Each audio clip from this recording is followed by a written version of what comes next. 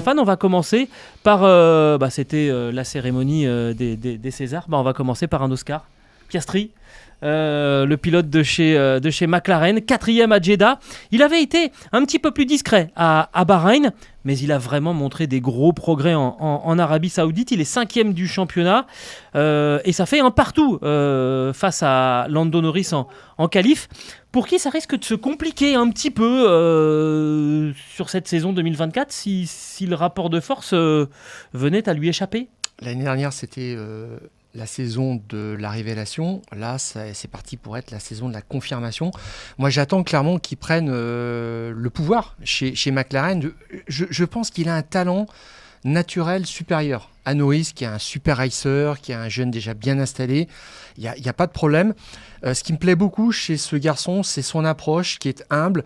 Il a encaissé des consignes d'équipe, etc.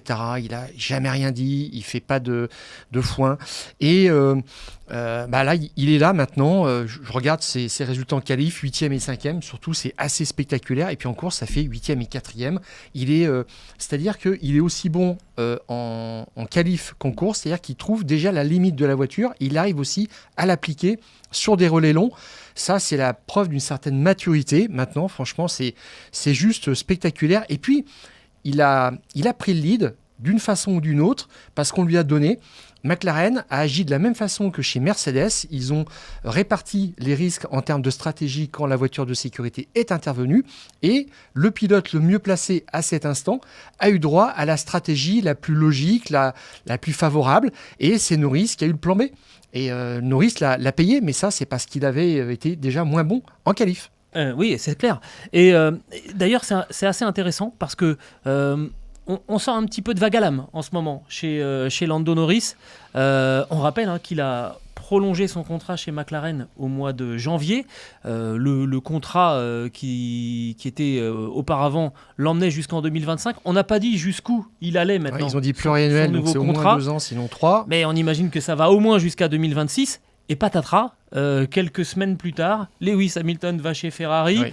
D'un seul coup, Toto Wolff commence à faire la danse du ventre pour ramener Max Verstappen chez Mercedes. Et dans cet échiquier très mouvant, Lando Norris, il aurait peut-être eu une très très bonne carte à jouer. Peut-être qu'il a un petit regret et que d'un seul coup, Piastri est rentré dans sa tête. L'autre performance qu'on avait envie de mettre en avant, alors c'est un peu compliqué parce que ça n'est basé finalement que sur un Grand Prix et sur 2 séances d'essais libres un petit peu tronquées, c'est la performance de Carlos Sainz, 3e de la manche d'ouverture. Il a mis une claque à Leclerc quand même. Oui, clairement, c'était quand même un gros signal envoyé, sachant que il sera remercié par Ferrari à la fin de la saison.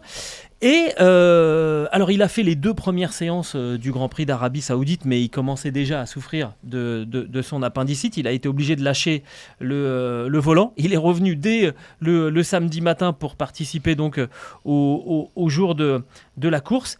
Il va falloir maintenant revenir en Europe, ce qu'il est sans doute en train de faire au moment où on enregistre ce podcast, et repartir en Australie la semaine prochaine avec les conséquences d'une opération qui reste quand même une opération chirurgicale.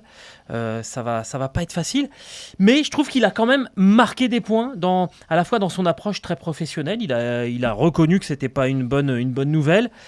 La façon dont il a pris la nouvelle, la façon dont il a réagi sur la piste, je trouve qu'il a marqué des points. Il a du caractère et on le rappelle, c'est quelqu'un qui cherche un volant pour l'année prochaine. Alors, est-ce qu'il est sur la liste Red Bull ? Mais pas comme un numéro 1. On sait qu'il n'est pas assez souvent dans la peau d'un leader dans une équipe, mais faute de mieux, il serait déjà très très bien chez Red Bull ou alors chez Mercedes. Mais bon, ça serait un peu un échange. Sainz, Hamilton, et je doute que Toto Wolff opte pour ça. Mais la meilleure solution, c'est Audi. Connaissant les connexions qu'il y a entre la famille Sainz et le groupe Volkswagen, qui est un peu l'ennemi juré de chez Mercedes, ça paraît un petit peu compliqué. L'autre bonne nouvelle du dernier week-end pour Carlos Sainz, malgré son forfait, c'est qu'on a appris que Audi avait bel et bien racheté Sauber. On avait quelques doutes, on commençait à se dire oh là là, il y a quelques messages un petit peu bizarres qui arrivent. Bon, ça y est, c'est fait. un flop souriant, un flop ultra bright. Vous me voyez venir, c'est le sourire de Daniel Ricciardo. Déjà, il n'y a pas de points après 2 Grands Prix pour l'Australien. Il a fini 16e à Jeddah et à 10 secondes de son coéquipier Yuki Tsunoda. C'était donc trop loin pour qu'on lui demande aux 2 pilotes d'inverser leur position comme ça a été fait à Bahreïn la semaine précédente. Honnêtement, on n'a pas le sentiment qu'il y ait une plus-value Ricciardo en ce début de saison chez Racing Bull. Et l'autre problème pour l'Australien, c'est que son gros soutien, celui qui vraiment a milité pour le remettre dans la voiture, Christian Horner, en ce moment, il a un petit peu d'autres combats à mener de son côté et il ne va pas trop avoir comme souci de protéger Daniel Ricciardo. C'est compliqué pour Ricciardo en ce moment. Vous l'avez dit, en faisant le bilan de la saison 2023, Ricciardo est en pré-retraite et je maintiens. Il était sous perfusion à Sakir, consigne d'équipe, etc., pour juste rester devant.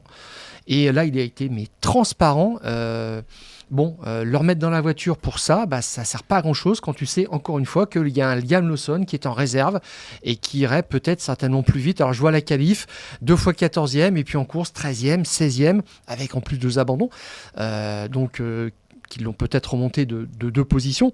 Donc, ça veut dire que c'est pas brillant et sa carrière s'éteint petit à petit. Et puis surtout, tu parles des qualifications, mais Yuki Tsunoda est passé en Q2 alors que lui n'est pas passé. Je veux dire, là, il y a un vrai signal quand même. Je pense qu'il a... Il a perdu ses repères à force de changer d'équipe aussi, d'habitude. Helmut Marko avait dit que quand ils l'ont remis au simulateur chez Red Bull pour faire le point, ils ont constaté qu'il avait pris de très mauvaises habitudes dans les autres équipes et qu'il avait un peu perdu son feeling, sa façon de faire. Et je pense qu'il ne l'a pas retrouvé. Et là, le problème, c'est que ça commence déjà à faire quelques temps, parce qu'il est revenu en cours de saison l'année dernière. Alors, la voiture est nouvelle, on va voir ce que ça va donner. Mais notre premier flop que l'on voulait mettre en avant, c'est celui de Daniel Ricciardo. Le second, il est un petit peu plus délicat à avancer. Mais c'est Lewis Hamilton qui est un petit peu décevant en ce début de saison. Quelque part, on ne retrouve pas la patte Hamilton. Alors, est-ce que c'est à mettre directement en relation avec le fait que Lewis Hamilton va quitter Mercedes à la fin de la saison pour rejoindre Ferrari? J'ai du mal à me faire une réelle opinion sur le sujet. Inquiétant pour le moins, il n'y a pas de progrès, ça ronronne. Franchement, je regarde ses qualifications en 2023 sur les 2 premiers Grands Prix, 9e et 8e, et là 7e et 9e. Donc ça se ressemble vraiment. Et en course, 7 et 8, et cette année 9 et 8. Donc on est vraiment dans la même zone de performance. Il a été battu 2 fois en qualif et 2 fois en course par son coéquipier, George Russell. Donc là aussi c'est pareil, à partir de 2 fois ça devient une habitude quand même. C'est assez étrange. Et il avait eu des problèmes de setup à Sakir et l'équipe ne l'avait pas aidé. Franchement... Mercedes qui s'était planté dans le bilan thermique de la voiture, c'est-à-dire que le moteur n'était pas assez refroidi, donc ils avaient été obligés de ne pas utiliser toute la puissance, dégrader le moteur en course, donc ça ne l'avait pas aidé. C'est sûr que l'année dernière aussi, sur une course comme Bahreïn, il avait tenté un pari stratégique et c'est la voiture de sécurité qui a mis par terre son plan de course. Et là, cette année, c'est à Jeddah, mais il en manque. Moi, je sens que il n'y est plus tout à fait. Hamilton a perdu son mojo, je pense, et tout ce qui se passe dans la voiture de toute façon est mauvais. James Allison a changé l'essieu arrière de la voiture pour corriger ce train arrière qui était instable, et ils ont retrouvé cette année les mêmes défauts que sur la voiture de l'année dernière. Et le plus dommageable, c'est que Lewis Hamilton est un pilote qui est survivant, c'est-à-dire qu'il demande beaucoup de grip sur le train avant pour inscrire la voiture de façon franche dans les gares et sentir que ce train arrière peut décrocher, mais tout en contrôlant les décrochements. Sauf que là, le train arrière ne lui donne pas de confiance parce qu'il est instable et les pilotes détestent ça. Et je pense que Jeddah, c'était l'enfer pour lui là-dessus. Mais là, comme l'année dernière, je ne pense pas qu'ils vont parvenir à corriger ce défaut. Et donc, on va en rester là.